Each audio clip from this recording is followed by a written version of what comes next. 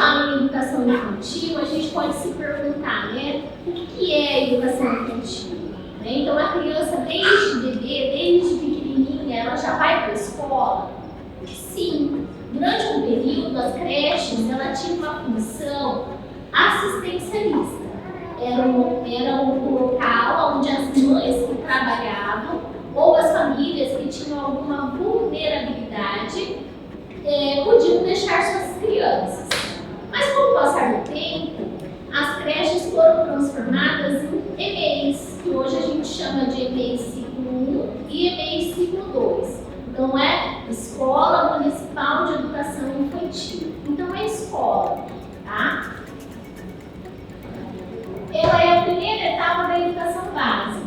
Ela atende crianças de 0 a 5 anos de idade, que estão tendo os primeiros contatos com a escola e por isso mesmo integra o ensino e o cuidado, funcionando como complemento da educação familiar. Qual é o principal objetivo?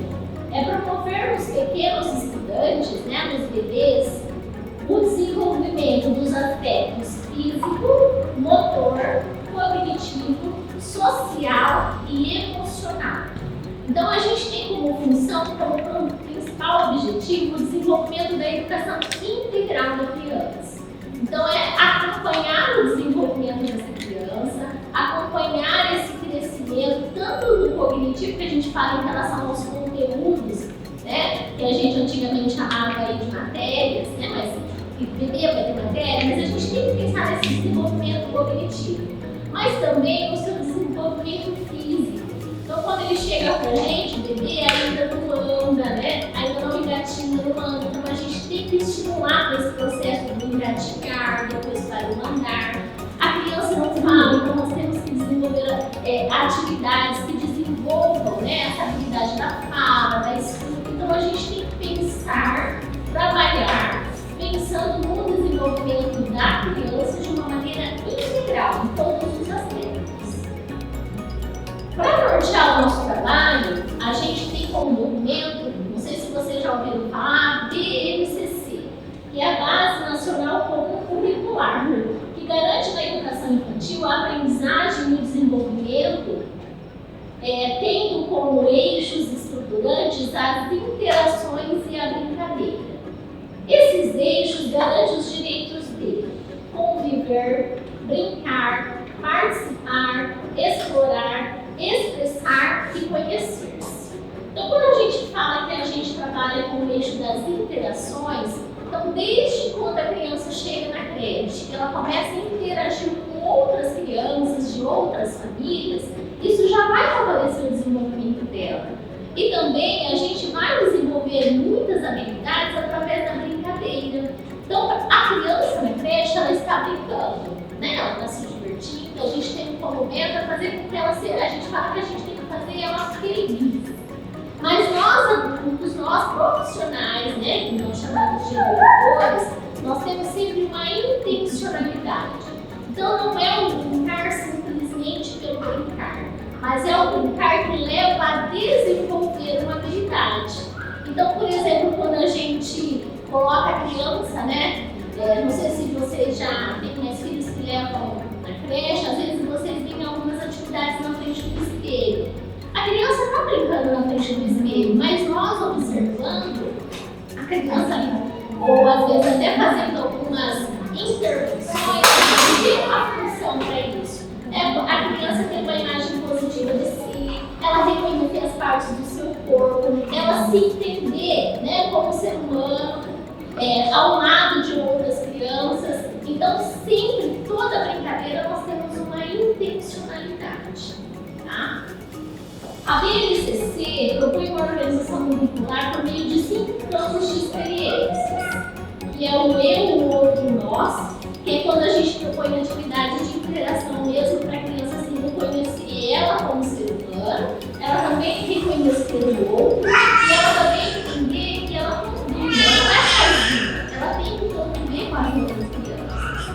Corpo, gestos e movimentos, é o desenvolvimento do corpo, né? A gente se movimenta, a gente tem gestos, a gente pode se expressar através dos gestos, então é um trabalho voltado A gente também trabalha os traços, sons, cores e formas. É a criança observar. Quando a gente fala nos traços, é os primeiros rabiscos que as crianças fazem, né, que a gente precisa incentivar, para que ela futuramente, na fase da alfabetização, ela possa traçar as primeiras letras, possa se alfabetizar, tanto, né, possa aprender a ler, né? Por que trabalhamos os sons? Porque o som também é importante no momento da alfabetização.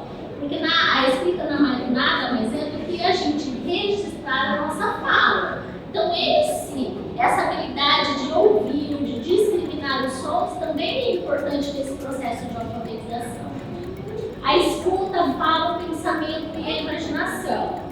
Está um pouco ligada ao que a gente costuma chamar na escola com a língua portuguesa, né? Da gente falar, da gente se expressar, da gente registrar o nosso pensamento e, acima de tudo, da gente imaginar.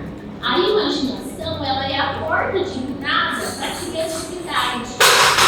A pessoa que não consegue, de repente, ter uma boa imaginação, ela tem uma dificuldade maior de ser criativa. Então, nós, da educação infantil, nós temos como missão estimular essa imaginação, levar a criança a mergulhar no mundo imaginário, na imaginação infantil, para que futuramente a gente consiga ter seres humanos mais criativos. Né? E os espaços, tempos, quantidades, relações e transformações está relacionado às ciências naturais, observar as transformações do dentro, por exemplo, levar a criança para reconhecer o dia e a noite, né? O sol que está presente, a chuva, por exemplo, as estações do ano, enfim, são os conhecimentos, né, relacionados às ciências e traz também a questão da matemática. Às vezes eu falo assim, nossa, mas vocês vão ensinar tudo isso. Não é ensinar a matéria em si, é ir dando indícios, é ir dando possibilidades para que a criança vá tendo vivências, para que ela já vá se preparando para o processo formal, né, da educação que vai começar na pré-escola, que já é uma fase obrigatória, que eu vou falar daqui a pouco. A educação infantil é considerada uma das mais importantes etapas da formação da criança, pois é onde elas começam a existir fora do convívio familiar, o que envolve lidar com as diferenças, o desenvolvimento da personalidade e da autonomia, a criação de laços de amizade e as descobertas em diferentes áreas do conhecimento. Ela funciona como uma base para as demais etapas da educação formal. E o correto aproveitamento dessa etapa permite que os pequenos cresçam com mais autonomia e tenham mais sucesso na vida escolar e individual. Hoje, a gente percebe que o olhar para a educação infantil é diferenciado. Por exemplo, pensava-se que a fase mais importante dos estudos era a faculdade. Só que hoje a gente sabe, se a criança não tiver uma boa base, talvez ela nem consiga chegar lá no ensino universitário. Então, nós temos que nos preocupar em dar um bom desenvolvimento deles, né, na educação infantil, desde quando ele é bebê, para que ele consiga ter sucesso futuramente. Né? Tem um especialista que ele já fez parte do Conselho Nacional de Educação, que ele fala o seguinte: o que acontece na educação infantil não fica só na educação infantil, a criança leva para o resto da vida. Então é uma etapa importantíssima, tá, para a vida da criança. A educação infantil no Brasil é um direito da criança, sendo o Estado obrigado a disponibilizar espaços e profissionais adequados para atendê-la corretamente. Por que eu destaquei que é um direito da criança? A lei garante o direito da criança. Muitas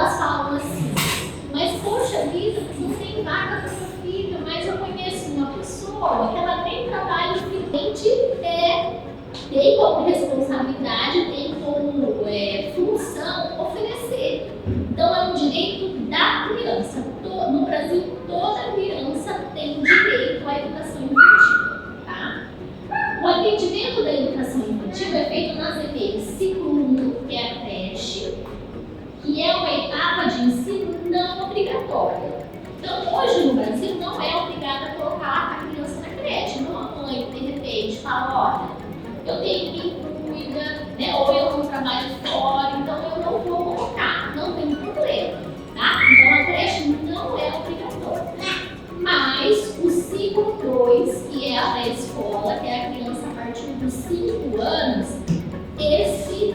essa etapa de ensino é obrigatória. É o primeiro momento onde a criança ela ingressa, né? Vamos dizer assim, para a educação formal. Então, a mãe que não matricula a criança de 4 anos numa pré-escola, ela está sujeita a ter problemas, né, com o conselho tutelar, com a justiça, por quê? Porque essa etapa de ensino ela é obrigatória. Então, a partir dos 4 anos, não é opção minha colocar ou não, eu tenho que colocar na pré-escola. Tá? Acho que eu estou falando rápido, né? Porque eu estou ficando até sem ar. Se eu acelerar um pouquinho, vocês podem pedir. Os mais mais devagar. Aqui na Diamantina, a educação infantil, nós temos 9 unidades, quer dizer, nós temos 9 creches espalhadas na cidade. Dessas 9 creches, 8 são unidades municipais, né, mantidas pela prefeitura, e uma é conveniada, que é a creche do CREI, lá abaixo da casa do garoto. Então ela é conveniada com a gente. E nós atendemos crianças de 6 meses a 3 anos de idade. Temos também 3 unidades, né, 3 EMEI ciclo 2, que é a pré-escola, que atende crianças de 4 e 5 anos. Tá? Então essas são as nossas unidades, pode passar. Aí eu vou falar um pouquinho agora, né, como a Samira falou falou da questão do aleitamento. Então, a partir do momento que a criança, que a mãe, né, manifesta interesse e a criança vai para a creche, como fica essa alimentação?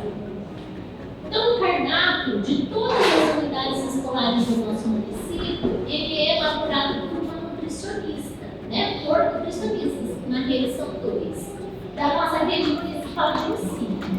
Então, a criança, ao ingressar, né, no momento em que faz a matrícula, feita uma entrevista, onde conhece, né, quais são os hábitos alimentares da família, as mães que alguma criança possui alguma alergia ou alguma restrição, é comunicado à diretora, é comunicado depois para a nutricionista para que ela possa adaptar esse cardápio. Isso acontece em todas as escolas do município, não só nas creches. As nossas creches, ela não possui lactário. O que é o lactário? É um espaço, né, que é até previsto em lei, que a gente, de fato, a gente deveria possuir, que era, por exemplo, a mãe que optar por retirar o leite em casa e mandar o leite para a creche para que fosse oferecido no momento das mamadeiras, poderia acontecer se nós tivéssemos esse lactário. Né? Porque é um espaço adequado para a manipulação desse bebê, a mãe levaria congelado, para o descongelamento para depois ser oferecido para a criança. Mas as estruturas das nossas creches hoje, a gente não consegue oferecer esse serviço. Tá? Mas e aí? Eu quero continuar oferecendo leite materno para minha criança. Eu posso? Pode. Tá? Como que pode? O aleitamento materno está garantido em qualquer espaço público vinculado ao meio. Isso é garantido por uma portaria que tem de número 604 do dia 10 de maio de 2007. O que isso significa? Que toda mãe que ela tiver interesse de manter a amamentação do filho, ela tem o direito de ir até a unidade escolar para poder amamentar. A gente reconhece que é um pouco difícil. A grande parte das mães, quando colocam os filhos nas creches, muitas voltam para trabalhar. E às vezes essa dispensa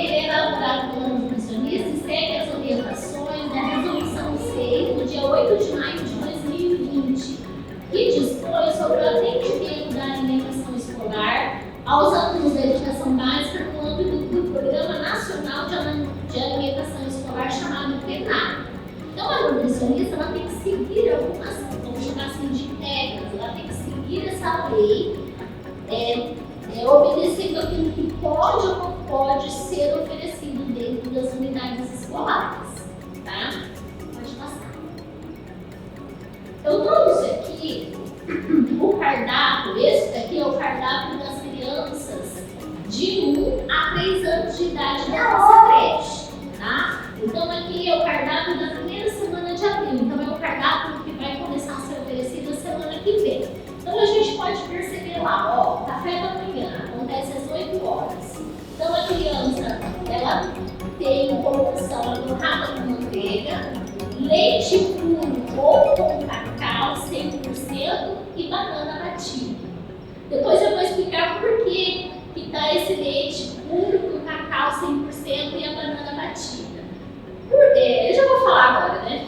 A resolução do plenário, uma das regras, vamos chamar assim, que é o que precisa ser seguido, é que a criança até os 3 anos de idade, ela não pode consumir açúcar de jeito nenhum. Então, a gente de repente poderia servir o leite com achocolatado. Não pode, é um produto industrializado. Ou poderia adoçar com açúcar. A regulamentação não permite. Então, o que nós servimos? O leite puro ou com cacau 100% e a banana batida. A banana entra no lugar do açúcar. Tá? Depois, o almoço às 10h30, arroz e o feijão, carne bovina em tiras com cenoura, tomate, cebola e salada de repolho. Depois, no lanche da tarde, torta de carne moída e legumes. E no jantar, que é antes da criança ir para casa, é a sopa de feijão com carne bovina, macarrão, legumes e a fruta. Então, eu vou falar só da segunda-feira. Então, a criança tem uma alimentação completa, né? Desde o momento em que ela chega, né? Elas entram às 7h30, mas o café é servido às 8h até a hora de ir embora, tá? Isso é das crianças de 1 ano a 3 anos. Vamos ver o berçário dos bebês. Aí eu trouxe também o cardápio, né? Que vai ser servido a partir da semana que vem. Esse é do berçário. Então, o berçário no café da manhã é servido a fórmula infantil. Isso para o berçário 1. O que é o berçário 1? As crianças até 1 ano de idade, que é dado na mamadeira. No berçário 2, que são os bebês com um pouco mais de 1 ano, é dado leite puro. Ou se a criança já consegue, ela consome torrado. Por que a lei do B2 não está na mamadeira? O nosso trabalho é de estimular, né? Então a gente tem que fazer com que a criança se torne autônoma. Então, a partir de 1 ano, é claro que a gente vai respeitar o desenvolvimento da criança, porque conforme eles vão dando esforço, é a papa com carne moída, abóbora, repolho, tomate, arroz e feijão e o caldo e uma fruta, tá? O lanche da tarde é a mesma coisa do café da manhã, que é a fórmula infantil, ou leite, né, com a fruta, e no jantar a sopa de feijão com carne bovina, macarrão, legumes e fruta. Então também o cardápio montado pensando naquilo que realmente a criança precisa durante o dia, tá? Vocês gostariam de perguntar alguma coisa em relação ao cardápio? Não sei se alguém, né? Pode perguntar.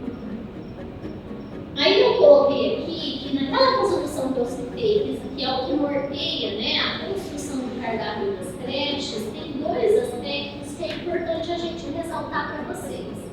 Que é proibida a oferta de gorduras trans industrializadas em todos os cardápios.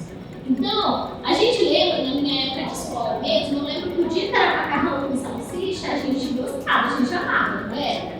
Então, hoje a gente pode perceber que nos cardápios das unidades escolares, a salsicha já não tem mais espaço. Por quê? Porque ela é um produto industrializado, né, ultraprocessado, acho que ela pode falar até melhor que eu. Então, em termos de alimentação saudável, ela não tem espaço mais, ela não pode ser consumida.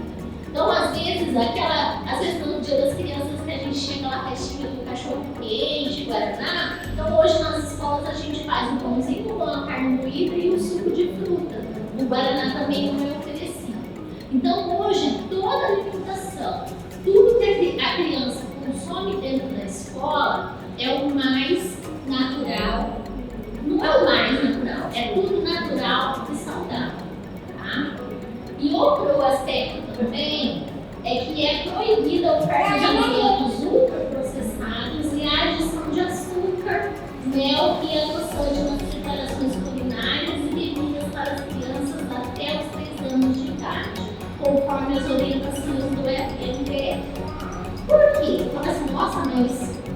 Parece até estranho. Como que eu vou oferecer leite pro bebê, né, pra criança, depois que ele de repente deixa o peito sem açúcar? Porque eles já estão pensando, desde a educação infantil, na saúde futura dessa criança. A gente sabe que se a gente reduzir, né, se a gente praticamente zerar o consumo de açúcar antes dos 3 anos, a gente diminui muito a possibilidade da criança, né, desenvolver diabetes, de repente se tornar, desenvolver obesidade, né, e outras doenças relacionadas à alimentação, né, com muito açúcar e com esses alimentos ultraprocessados, tá? Então, assim, essa resolução é de 2020. Então, 2020 foi o ano da pandemia, então nós ficamos com o ensino remoto. Quando nós voltamos no ano passado, até com as creches atendendo 50%, a gente percebeu, por exemplo, na hora de dar o leite batido com cacau e com a banana, muitas crianças não aceitaram, porque era um alimento que eles não estavam acostumados, né? Até porque em casa já tinha sido, né, oferecido o açúcar.